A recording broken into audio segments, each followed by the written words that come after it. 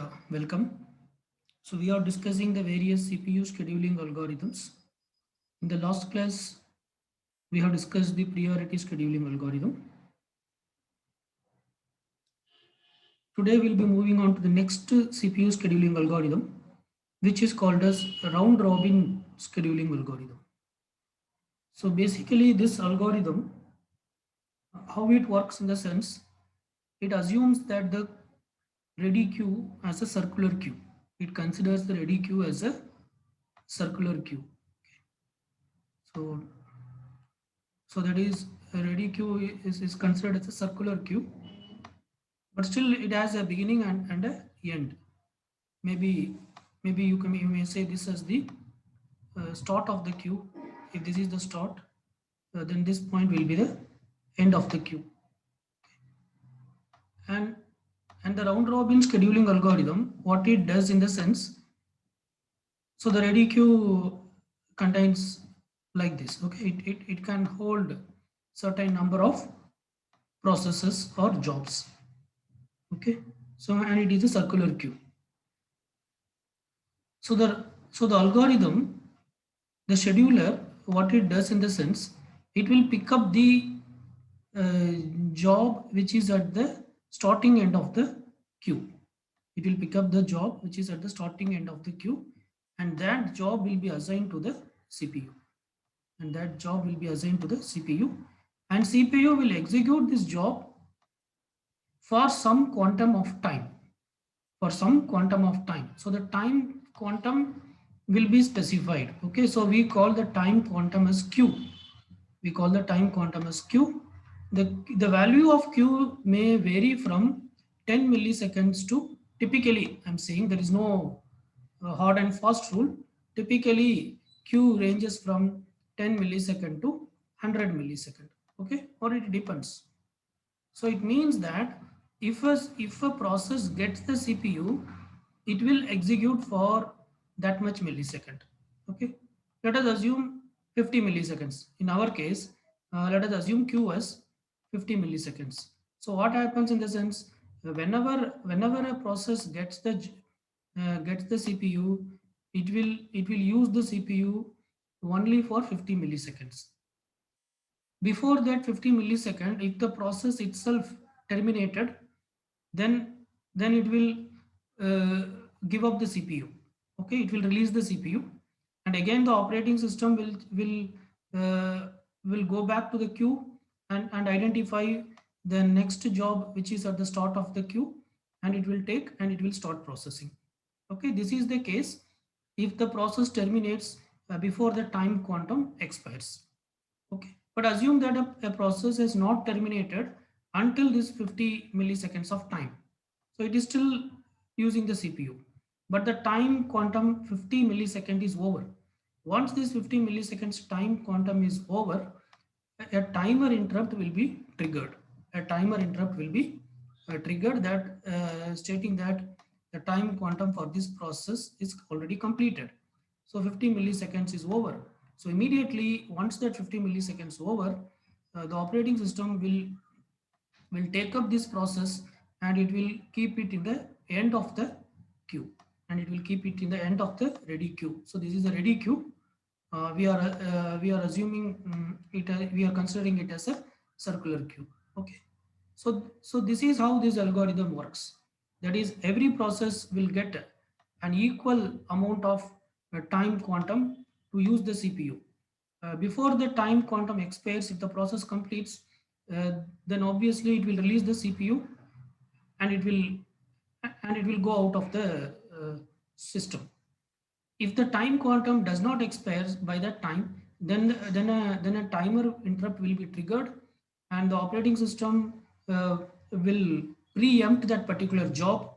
The operating system will preempt that particular process, and it will move back to the end of the, or the tail part of the ready queue.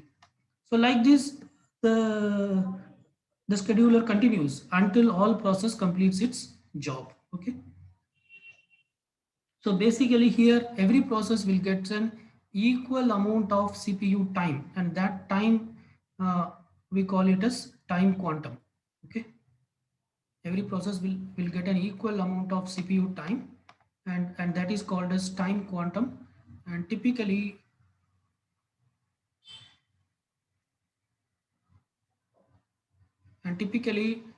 time quantum will be equal to 10 to 100 milliseconds. If there are n process in the ready queue, assume there are n process in the ready queue, and and the time quantum is q, and the time quantum is q, then each process will get 1 by n of the CPU time. Then each process will get 1 by n of the CPU time, and no process will be required to wait no more than n minus q time units. Okay, so these are some of the uh, characteristics of round robin scheduling algorithm. If there are n processes in the ready queue, and if the time quantum for each process is q milliseconds, then each process will get 1 by n of the CPU time, and no process will be required to wait n minus 1 into q time units. Okay, let us see this with the example. Assume n is equal to 5. So it means there are 5 processes in the ready queue. Currently there are 5 processes in the ready queue. Okay, let us assume q as 20 milliseconds. That is, each process is going to get 20 milliseconds of time quantum whenever they get the CPU. Each process will be getting 20 milliseconds whenever they get the CPU. That is the time quantum. Okay, they will be executing for 20 milliseconds. Okay, so now you can plug into this particular formula. So like what is the maximum time a process may have to wait for the next round of execution? So it is just n minus 1 into q. So in our case n is 5, so n minus 1 is 4. So 4 into 2 is 4 into 20 is 80 millisecond. So a process need not wait more than 80 milliseconds for getting the CPU during the for the next round. Okay, so it will be either after 80 millisecond, it is sure that it will get the CPU, or before 80 millisecond also it may get if some of the process completes in between. Okay, so basically this is what this particular thing says. And what are the limitations of round robin algorithm? The limitation is, if the value of q is very large, if the value of q is very large, then round robin algorithm will become a FIFO algorithm. That is first come first serve algorithm. FIFO is nothing but first come first serve. Both are same. Okay, you can call it as either first in first out or first come first serve algorithm. So if the value of q is so large, then the round robin algorithm will reduce to an FCFS scheduling algorithm. Okay, assume the value of q as 500 milliseconds. Okay, then what happens in the sense, if a process gets the CPU, then it is not going to release the CPU before 500 millisecond. So it means it is more or less equal to an FCFS scheduling algorithm. Okay, if the value of q is very small, if the time quantum is very small, say q is equal to 1 millisecond, 1 millisecond, then what happens in the sense, most of the time the CPU will spend in context switch, which will increase the overhead of the processor. Okay, so the overhead will become too high if the q value is very small. If the q value is 1 millisecond, then what will happen?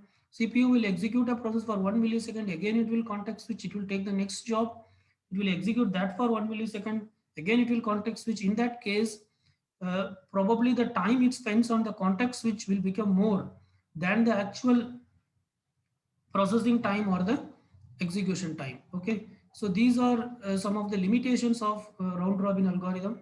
So we have to identify a good value of q so that the algorithm works in an optimal way.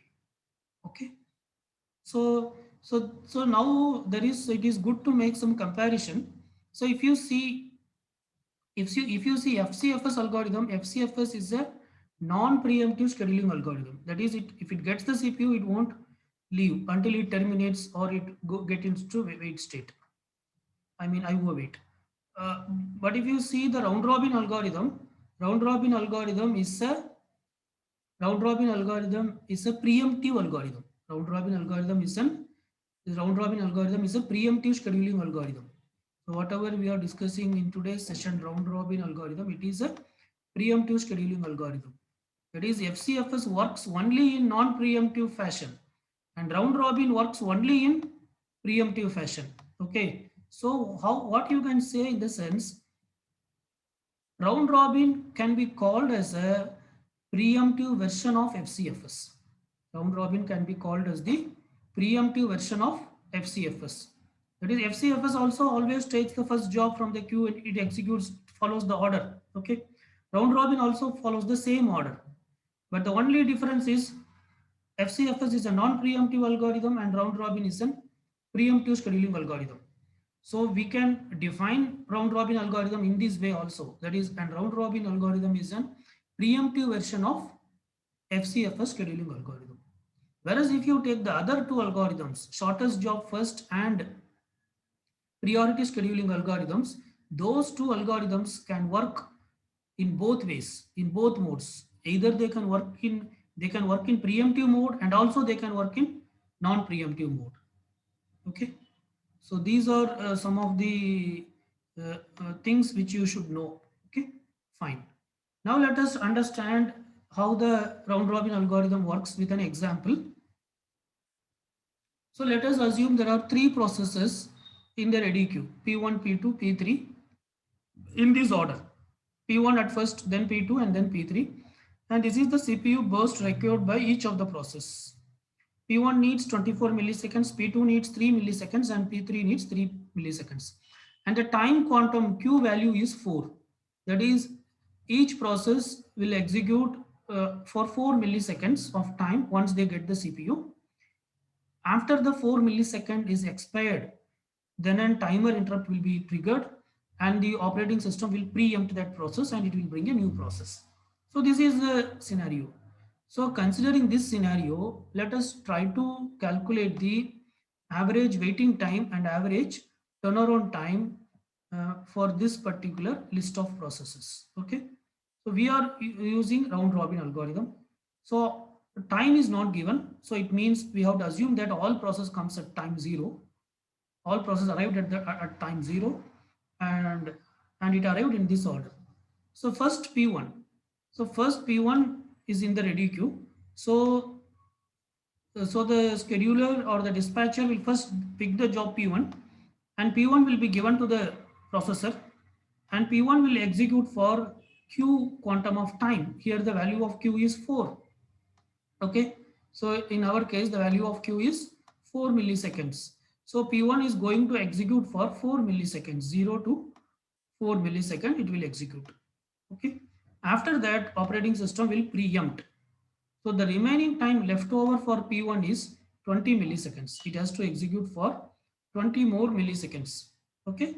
Then the operating system preempts to the process P2. Now the control goes to P2 and P2 needs only 3 milliseconds, but it can use up to 4 milliseconds of quantum because the quantum time is 4 milliseconds. So after 3 millisecond, that is at 7th millisecond, process P2 will release the CPU. Process P2 will release the process CPU because it no more needs the CPU. Now again the operating system will check who is next in the ready queue. So the next process in the ready queue is P3. So P3 will be given one one quantum of time. That is one quantum here is equal to 4 milliseconds. So P3 will execute for is allowed to execute for next 4 millisecond, but it needs only 3 milliseconds. That is at 10th millisecond, P3, sorry, this is P3. At 10th millisecond, P3 will release the CPU. At 10th millisecond, P3 will release the CPU and again operating system will check in the ready queue which is in the ready queue, which process in the ready queue. So now P1 has P2 has completed, P3 is also completed. So these two processes already finished. So only P1 is in the ready queue which is waiting.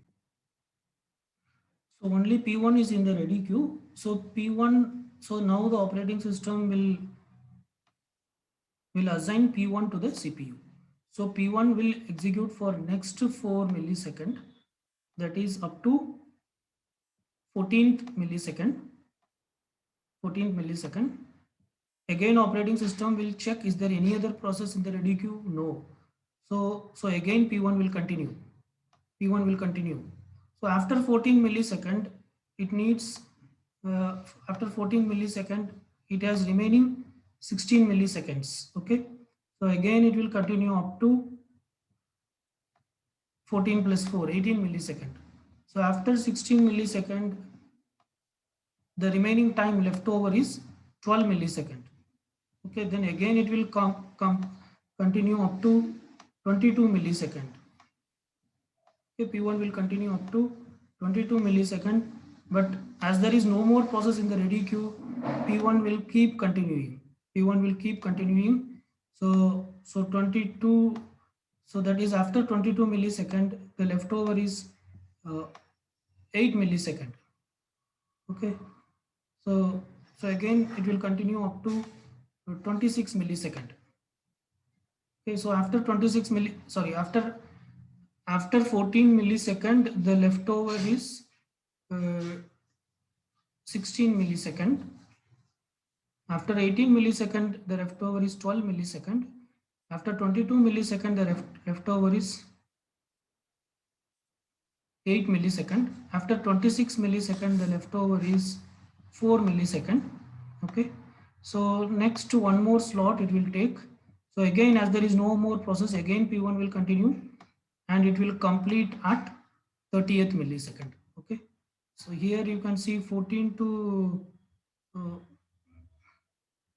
40. So it has continuously used the CPU from 10th millisecond to 30th millisecond, that is 20 millisecond, and here it has used for 4, which is 24 millisecond. Okay, so this is how the Gantt chart is going to look for this particular set of process using round robin scheduling algorithm with a Q value of 4. So this is the Gantt chart, and from this you can calculate the average waiting time and the average turnaround time. So the average waiting time is 5.67 millisecond and the average turnaround time in this case is 15.67 millisecond. So this is as usual how we calculate. So I guess you can calculate by yourself. Okay. So if you see the performance of round robin scheduling algorithm, it has a better performance. It has better performance, but obviously its turnaround time is less than SJF, because we know that SJF provides the minimum average waiting time and the minimum average turnaround time. So it is not the best algorithm, but it performs reasonably good. Okay. Now let us consider some features of this particular algorithm, round robin algorithm. So as we already discussed, the selecting appropriate value of Q, that is the time quantum, how much it should be, it is very crucial in round robin scheduling algorithm. So let us discuss that with an example. Assume the ready queue contains only one process. Assume the ready queue contains only one process and that process needs 10 milliseconds to execute. That process needs 10 milliseconds of CPU burst to execute. Now assume the value of Q. Let us assume different values of Q and see how it behaves. If the value of Q is 12, the quantum time unit, if it is one quantum unit is equal to 12 millisecond, that is if a process gets the CPU, it is going to use for 12 millisecond. Then in this case, what happens? If this process gets the CPU, then it will keep on using the CPU, and then it will keep on using the CPU for the entire duration of the particular time, and there is no context switch. There is zero context switch. Okay, there is no context switch at all. Consider the other case. So initially I said there is only one process, but that is not the case. It can have more than one process also. Okay, let us assume not as single process. Let the queue contain some process, but this is the first process. So now it is executing for this much time. Okay. Now let us assume the time quantum is reduced to 6 milliseconds. If the time quantum is reduced to 6 milliseconds, then what will happen? First, this particular process will execute for first 6 milliseconds. After that, there will be a context switch. Okay. And then again, after some times, it may get the CPU. and it may execute for the remaining 4 milliseconds because each time interval contains 6 milliseconds. In the second case, it will complete by the once it by the end of the second part of the 4th millisecond, it will finish. If the time quantum is only 1 millisecond, that is after every 1 millisecond, the CPU is going to context switch. In this case, what happens? There will be, so here the number of, in the second case, the number of context switch is 1. In the third case, if the quantum value is reduced to 1, then first the CPU will execute this process for 1 millisecond, then there will be a context switch. After sometimes it may get, then again it will be using only for 1 millisecond, then there will be a context switch. Like that it will be doing. So entirely, totally it needs 10 milliseconds. So to complete a job of 10 millisecond time, there will be 9 context switches, okay, which is very high. And also it increases this process overhead, CPU overhead. So identifying the correct value for Q is a crucial thing when you are working with round robin scheduling algorithm. Okay. So let us, so this graph is plotted for this particular processes P1, P2, P3 and P4. And this considering that P1 needs 6 milliseconds of CPU burst and P2 needs 3 milliseconds of CPU burst time and P3 needs 1 millisecond and P4 needs 7 milliseconds of CPU burst time. Okay. So this graph basically it calculates the average turnaround time. This graph is plotted for the average turnaround time considering different values for the time quantum q. Considering different values for the time quantum q. So if q is 1, then what will be the average turnaround time? So that is what this 11 is. Okay. If q is 2, then what will be the uh, average turnaround time? That will be 11.5. If q is 3, what will be the average turnaround time? That will be somewhere around 10.8. If q is 4, what will be the average turnaround time? Again 11.5. Okay, like this it was plotted.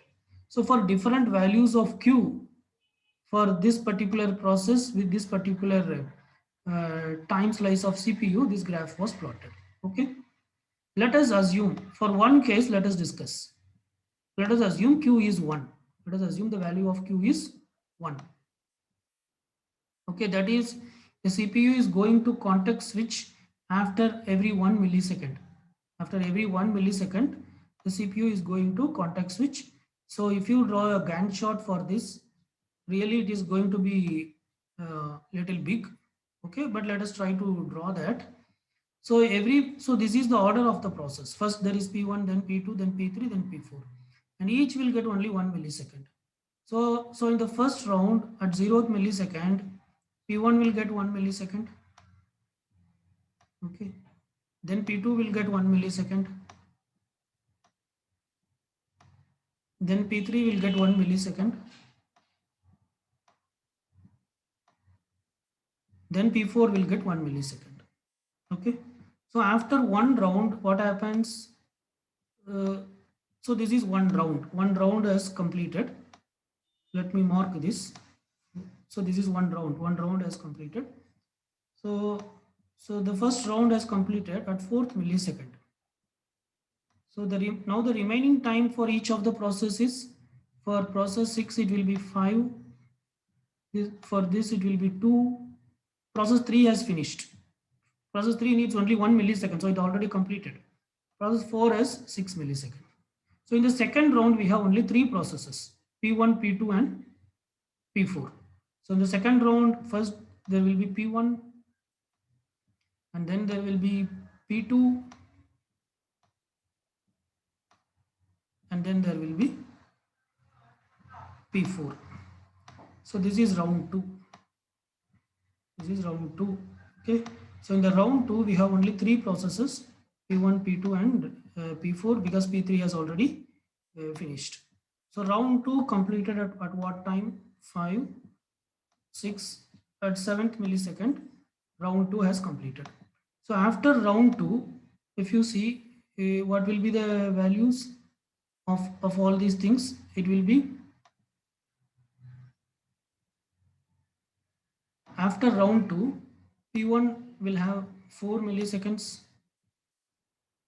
left over. P2 will have only 1 millisecond. P3 has already completed, and P4 will have 5 millisecond. Okay, P1 4, P2 1, P3 finished, and P4 5. Okay, so this is the remaining time quantum required. So in the third round also, all these three processes will continue. That is P1, P2, and P4. P1 will first execute, then P2 will execute. Okay, then P4 will execute, right?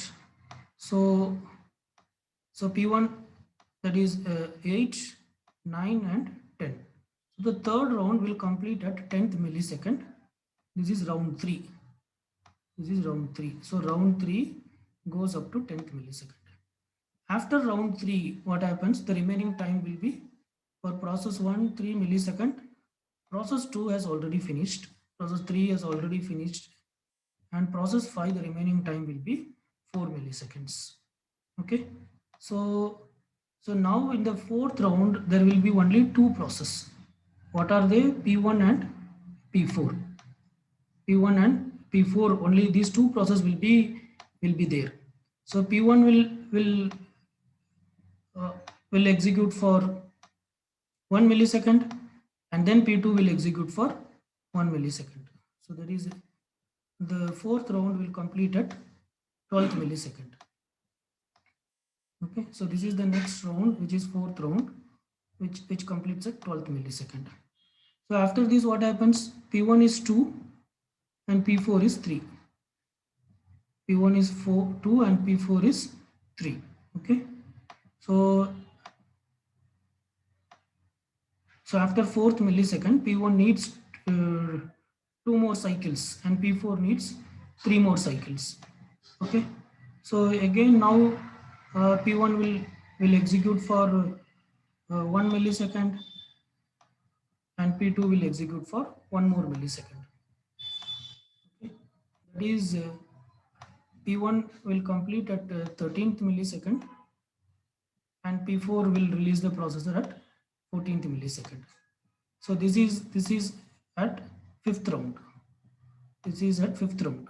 So after 5th round, after 5 rounds, P1 need 1 more millisecond to complete, and P2 needs 2 more milliseconds to complete. Okay. So during the next round, what happens? Then again, P1 will execute first. Okay, and then P2 will execute. So what happens? P1 will release the CPU at 15th millisecond, and P2 will release the CPU at 16th millisecond. Okay, so after this particular round, P1, so this is 6th round. This is 6th round. After 6th round, P1 completes. P1 becomes 0. P1 needs no more time. P4 needs 1 more millisecond. P4 needs 1 more millisecond. So now there is only one process left over, that is P4. That is P4. So P4 needs 1 more millisecond. So it will execute for 1 more. Sorry, here it is P4. It should be P4. I'm mentioning as P2. This is P1. So after third round, P2 complete. So it is P1 and P4. Everything is P1 and P4. This is also P1 and P4. Okay. So the last round, P4 executes for 1 more millisecond. Okay. So P4 now completes at 17th millisecond. Now this also has become 0. So now it is completed after 6th round, after 7 rounds totally. Okay, after 7th round. Okay, so now you can calculate what is the turnaround time. So what is the turnaround time for P1? What is the turnaround time for P1?